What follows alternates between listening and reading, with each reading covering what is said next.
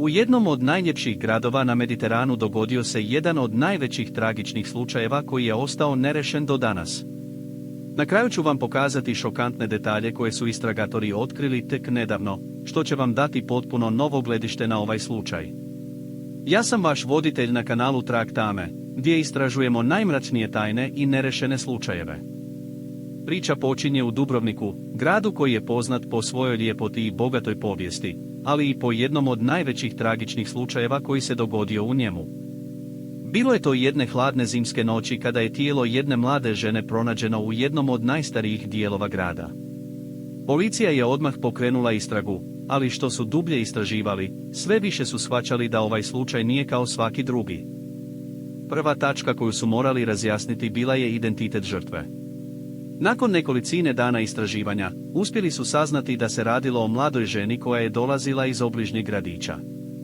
Ono što je bilo još čudnije bilo je to što nitko u njenom okruženju nije znao da se nalazi u Dubrovniku. Kako je ona ondje dospjela i što ju je dovelo u ovaj grad, bile su samo neke od pitanja koja su istragatori pokušali razjasniti.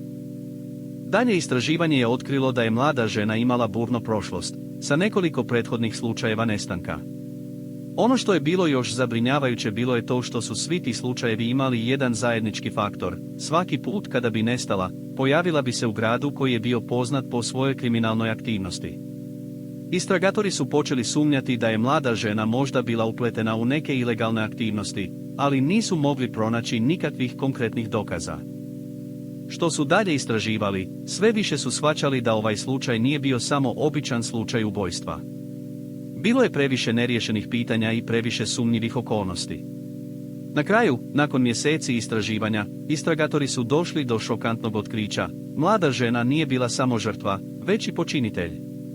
Ona je bila upletena u neke ilegalne aktivnosti, ali je također bila i žrtva istih aktivnosti. Sada ću vam pokazati detalje koji su istragatori otkrili tek nedavno, a koji će vam dati potpuno novo gledište na ovaj slučaj. Dokazi koji su pronađeni ukazuju na to da je mlada žena bila dio velikog kriminalnog lanca, koji je imao konekcije sa nekim od najvećih kriminalaca u regiji. Ono što je još šokantnije bilo je to što su istragatori otkrili da je mlada žena bila samo jedan dio velikog plana, koji je bio dizajniran da destabilizira cijeli Riđan. Pretplati se za novu istinitu priču svake sedmice. Zaprati Trag tame i uključi zvonče.